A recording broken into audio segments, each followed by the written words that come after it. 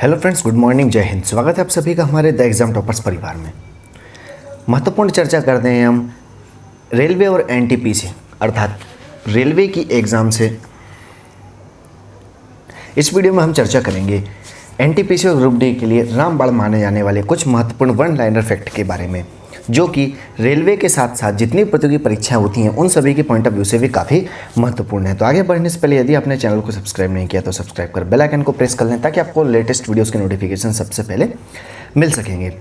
इस वीडियो में हम चर्चा करेंगे भारत के प्रमुख पर्वत, पठार, मैदान, मिट्टी, जलवायु और नदियों के बारे में। तो इसके आपको लगभग 4 से 5 पार्ट अलग अलग मिलेंगे जिनमें आपको पूरे इन सभी के बारे में विस्तृत रूप से बताया जाएगा।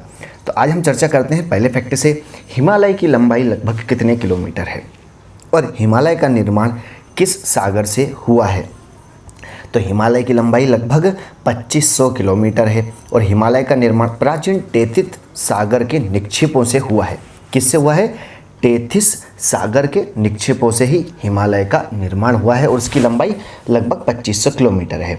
हिमालय एक नवीन वलित पर्वत है जिसकी सबसे उत्तरी और सबसे ऊंची श्रेणी का नाम क्या है? हिमालय एक नवीन वलित पर्वत का उदाहरण है, हमें यह याद रखना है। और इसकी सबसे ऊंची श्रेणी का नाम हिमाद्री है। क्या नाम है? हिमाद्री। और भारत के प्रमुख दर्रे और सर्वोच्च शिखर कंचनजंगा किस श्रेणी में अवस्थित हैं? तो भारत के प्रमुख दर्रे और सर्वोच्च शिखर कंचनजंगा, जिसे केटू के नाम से जाना जाता है, यह हिमाद्री श्रेणी में ही अवस्थित है। अगला फैक्ट है कि विश्व की सबसे ऊंची चोटी कौन सी है और इसकी ऊंचाई कितनी है? तो विश्व की सबसे ऊंची चोटी माउंट एवरेस्ट है। क्या नाम है? माउंट एवरेस्ट, जिसकी ऊंचाई 8850 मीटर 8850 मीटर माउंट एवरेस्ट, जो कि विश्व की सबसे ऊंची चोटी है, इसकी ऊंचाई है और यह भी हिमाद्री में ही अवस्थित है। माउंट एवरेस्ट को नेपाल में किस नाम से जाना जाता है? तो माउंट एवरेस्ट को नेपाल में सागर माथा के नाम से जाना जाता है और माउंट एवरेस्ट को तिब्बत में चोमोलुंगमा के नाम से जाना जाता है। तो माउंट एवरेस्ट के दो अलग अलग देशों में अलग अलग नाम हैं। नेपाल में सागर माथा और तिब्बत में चोमोलुंगमा माउंट एवरेस्ट को कहा जाता है और हिमालय का पाद प्रदेश ही शिवालिक के नाम से जाना जाता है। भारत का सबसे प्राचीन पर्वत कौन सा है? तो भारत का सबसे प्राचीन पर्वत अरावली है, जो कि एक अपशिष्ट पर्वत का उदाहरण है। अरावली पर्वत किसका उदाहरण है? अपशिष्ट पर्वत का उदाहरण है, जिसकी सबसे ऊंची चोटी माउंट आबू शिखर पर स्थित गुरु शिखर है। माउंट आबू पर स्थित गुरु शिखर इसकी सबसे ऊंची चोटी है। और अरावली की पहाड़ियाँ प्रमुखतः किस राज्य में हैं? अरावली की पहाड़ियाँ मुख्य रूप से राजस्थान राज्य में हैं और ये अरावली के पूर्व में बनास नदी से लेकर पश्चिम में लूनी नदी तक जाती है। अरावली पर्वत के शिखर की श्रेणियाँ कहाँ से कहाँ तक हैं?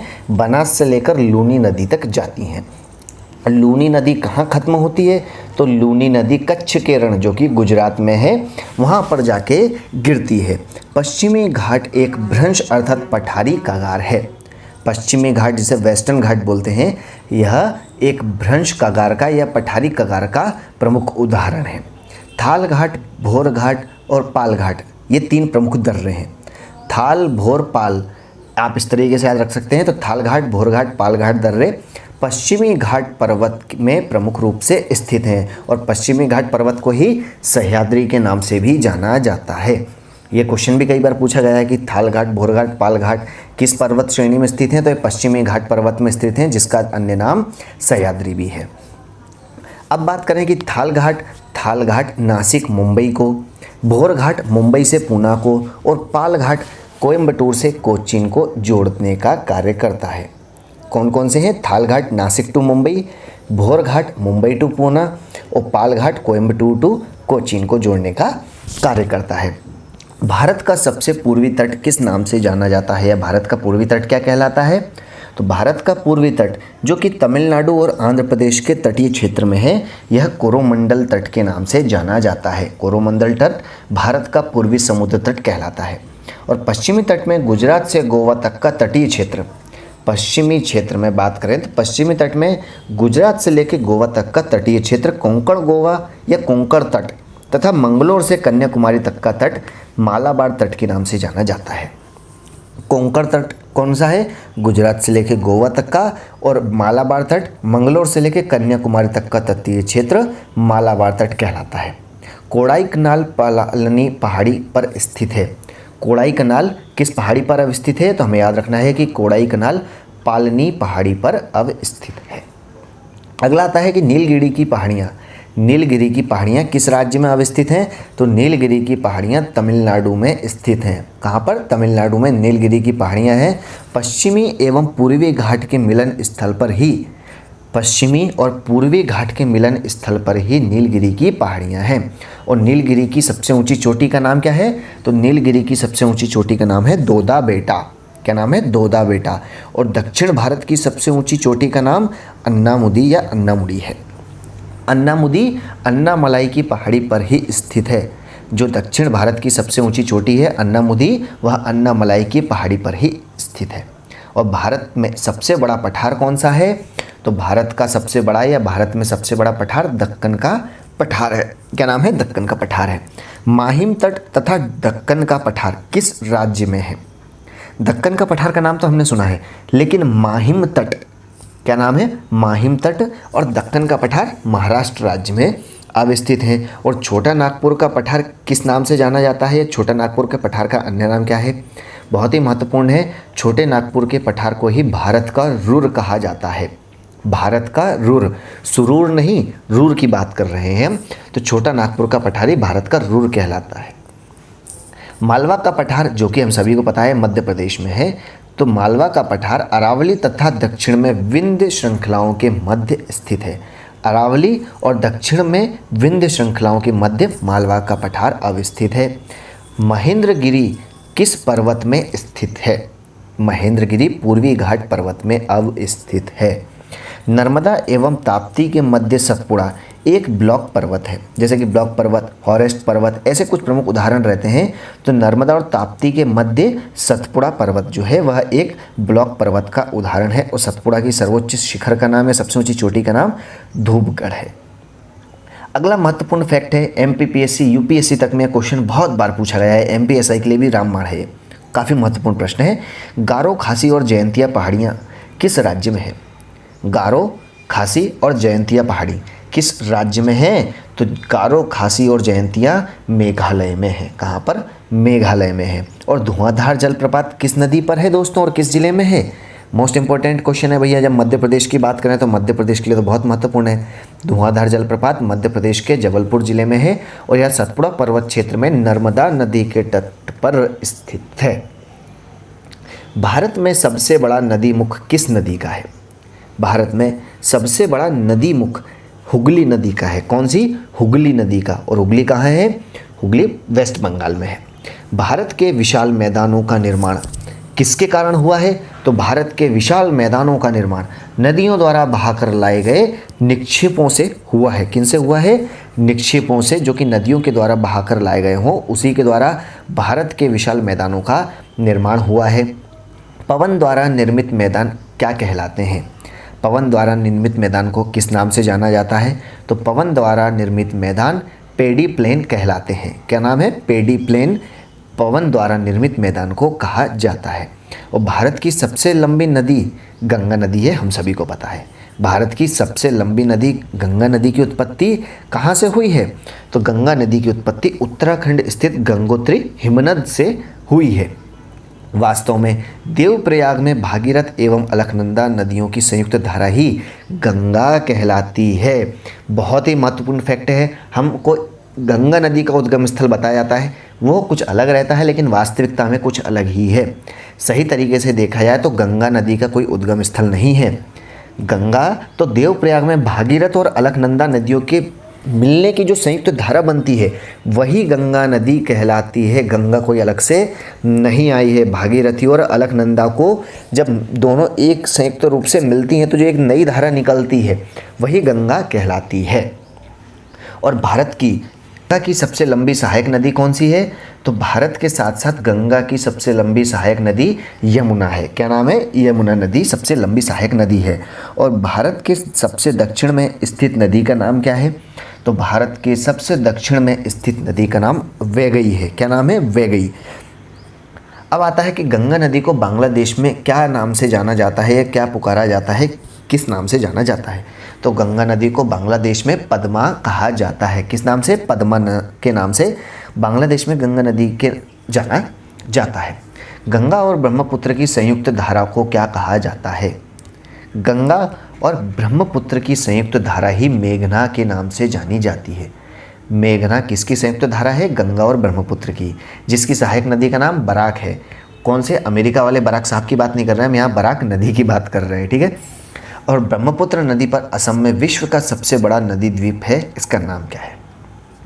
विश्व का सबसे बड़ा नदी द्वीप ब्रह्मपुत्र नदी पर है, जो कि असम राज्य में है, और यह माजुली जिसका नाम है, क्या नाम है? माजुली सबसे बड़ा नदी द्वीप है। और विश्व का सबसे बड़ा डेल्टा, आई होप कि इसका आंसर आप सभी को पता है। विश्व का सबसे बड़ा डेल्टा सुंदरवन, जो कि पश्चिम बंगाल में है, इसका निर्माण कौन सी नदियां करती हैं? तो गंगा और ब्रह्मपुत्र नदी सुंदरवन के डेल्टा का निर्माण करती हैं। ब्रह्मपुत्र नदी को तिब्बत में किस नाम से जाना जाता है? तो ब्रह्मपुत्र नदी को अलग अलग स्थानों पर अलग अलग नाम से जाना जाता है, जैसे कि ब्रह्मपुत्र को ही तिब्बत में सांगपो, अरुणाचल में दिहांग और असम में ब्रह्मपुत्र कहा जाता है। वापस से रिपीट करते हैं, ब्रह्मपुत्र नदी को तिब्बत में सांगपो, अरुणाचल में दिहांग और असम में ब्रह्मपुत्र के नाम से जाना जाता है। और बांग्लादेश में जाकर ही ब्रह्मपुत्र को जमुना कहा जाता है। क्या नाम कहा जाता है? जमुना, नॉट यमुना। जमुना ब्रह्मपुत्र को बांग्लादेश में कहा जाता है। और दक्षिण भारत की गंगा किसे कहते हैं? दक्षिण भारत की गंगा कावेरी नदी को कहते हैं। प्रायद्वीपीय भारत की सबसे लंबी नदी कौन सी है?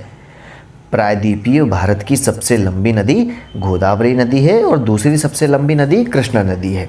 और गोदावरी को ही वृद्ध गंगा या दक्षिण की गंगा कहा जाता है।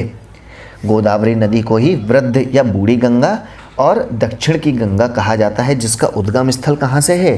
तो इसका उद्गम स्थल नासिक, जो कि महाराष्ट्र में आता है, तो नासिक के निकट त्र्यंबकेश्वर, जो कि ज्योतिर्लिंग में से एक है, 12 ज्योतिर्लिंगों में से, तो वहीं त्र्यंबक गांव की पहाड़ी से होता है गोदावरी नदी का उद्गम स्थल। अगला फैक्ट है कि नदी द्वारा लाए गए अवसाद का जमाव जब मुहाने पर होता है तो वह किसका निर्माण करता है? नदी द्वारा लाए गए अवसाद का जमाव जब मुहाने पर होता है तो वह डेल्टा का निर्माण करता है। और डेल्टा की आकृति कैसी होती है? तो डेल्टा की आकृति दोस्तों त्रिभुजाकार होती है। डेल्टा की आकृति भी आपसे पूछी जा सकती है। जो नदी डेल्टा नहीं बनाती है उसके मुहाने को क्या कहा जाता है या किस नाम से जाना जाता है?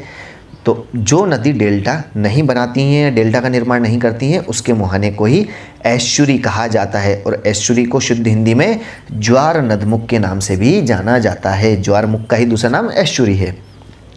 इसके प्रमुख उदाहरण की बात करें तो नर्मदा और ताप्ती नदियाँ पश्चिम की ओर बहने वाली दो प्रमुख नदियाँ हैं। नर्मदा और ताप्ती पश्चिम की ओर अर्थात पूर्व से पश्चिम की ओर बहने वाली प्रमुख नदियां हैं, जो कि डेल्टा का निर्माण नहीं करती हैं। बहुत सी बार यह क्वेश्चन पूछा गया है। और नर्मदा नदी का उद्गम स्थल अमरकंटक से है। नर्मदा नदी अधिकांशतः किस राज्य में बहती है? तो नर्मदा नदी अधिकांशतः मध्य प्रदेश में बहती है। और देश की सबसे ऊंची स्टैचू किस नदी पर है? नर्मदा नदी पर ही स्थित है, जिसे स्टैचू ऑफ यूनिटी कहा जाता है, जो कि गुजरात के केवड़िया ग्राम में है। अगला फैक्ट आता है कि नदी के द्वारा की जाने वाली काट छांट की क्रिया को ही अपर्दन कहते हैं। नदी के द्वारा की जाने वाली काट छांट को ही अपर्दन कहते हैं तथा उसे जमा करने की क्रिया निक्षेपण कहलाती है। और नर्मदा नदी को किस राज्य की जीवन रेखा कहा जाता है? तो हमें याद रखना है, नर्मदा नदी को गुजरात की जीवन रेखा कहते हैं। और सर्वाधिक सीधी बहने वाली अर्थात एक सीधी रेखा की हम बात करें उसी तरीके से सर्वाधिक सीधी बहने वाली, जिसमें कोई ज़्यादा टेढ़े मेढ़ेपन न हो, सीधी बहने वाली नदी कौन सी? नर्मदा नदी है। और भारत की सबसे लंबी सहायक नदी यमुना है। भारत में सबसे बड़ा नदी बेसिन किस नदी का है? या भारत में सबसे बड़ा नदी बेसिन कौन सी नदी बनाती है? तो गंगा नदी का सबसे बड़ा नदी बेसिन है। अब महत्वपूर्ण फैक्ट वापस आते हैं कि असम का शोक किस नदी को कहा जाता है? असम का शोक ब्रह्मपुत्र नदी को कहा जाता है। बिहार का शोक कोसी नदी को कहा जाता है। और बंगाल का शोक दामोदर नदी को कहा जाता है। वापस रिपीट करते हैं, असम का शोक ब्रह्मपुत्र नदी, बिहार का शोक कोसी नदी और बंगाल का शोक दामोदर नदी को कहते हैं। भारत की सबसे लंबी नहर कौन सी है? तो भारत की सबसे लंबी नहर इंदिरा गांधी नहर है, जिसे राजस्थान नहर भी कहा जाता है? भारत की सबसे लंबी नहर इंदिरा गांधी नहर, या जिसे राजस्थान नहर के नाम से जाना जाता है। सतलज तथा व्यास नदी से जल प्राप्त करती है। यह सतलज तथा व्यास नदी से जल प्राप्त करती है तथा हरिके बैराज से निकलती है। भारत की सबसे बड़ी कृत्रिम झील का नाम क्या है और यह कहाँ अवस्थित है? तो भारत की सबसे बड़ी कृत्रिम झील गोविंद वल्लभ पंत सागर है। क्या नाम है? गोविंद वल्लभ पंत सागर, जो उत्तर प्रदेश में रिहंद नदी पर बनाए गए बांध से निर्मित हुई है या बनी है। किस नदी पर? रिहंद नदी पर बनाए गए बांध से बनी है। मिट्टी के अध्ययन को कहा जाता है? मिट्टी के अध्ययन को किस नाम से जाना जाता है या मिट्टी के अध्ययन को क्या कहा जाता है? पेडोलॉजी मिट्टी के अध्ययन को कहा जाता है। झील लेक जिसे बोलते हैं, झीलों के अध्ययन को किस नाम से जाना जाता है? झीलों के अध्ययन को लिम्नोलॉजी कहा जाता है। चट्टानों के अध्ययन को पेट्रोलॉजी कहा जाता है। चट्टानों का अध्ययन पेट्रोलॉजी, झीलों का अध्ययन लिम्नोलॉजी और मिट्टी का अध्ययन पेडोलॉजी है। सर्वाधिक उपजाऊ और सर्वाधिक मात्रा में पाई जाने वाली मिट्टी कौन सी है? सबसे ज़्यादा उपजाऊ और सर्वाधिक मात्रा में पाई जाने वाली मिट्टी जलोढ़ मिट्टी है, और जलोढ़ मिट्टी का ही दूसरा नाम दोमट मिट्टी भी है। अब यहाँ से दो नए फैक्ट बन जाते हैं कि पुरानी जलोढ़ मिट्टी को क्या कहा जाता है? तो पुरानी जलोढ़ मिट्टी को बांगर कहा जाता है। पुरानी जलोढ़ मिट्टी को बांगर कहा जाता है और नवीन जलोढ़ मिट्टी को खादर कहा जाता है। कपास की खेती के लिए काली मिट्टी उत्तम होती है, जिसे रेगुर मिट्टी भी कहा जाता है। रेगुर मिट्टी काली मिट्टी को ही कहा जाता है और काली मिट्टी का विस्तार सर्वाधिक महाराष्ट्र राज्य में है। तो ये थे कुछ महत्वपूर्ण फैक्ट जिनके बारे में हमने चर्चा की है। मिलते हैं नेक्स्ट वीडियो में, तब तक के लिए घर पर रहें, खुश रहें, स्वस्थ रहें। Thanks for watching. जय हिंद।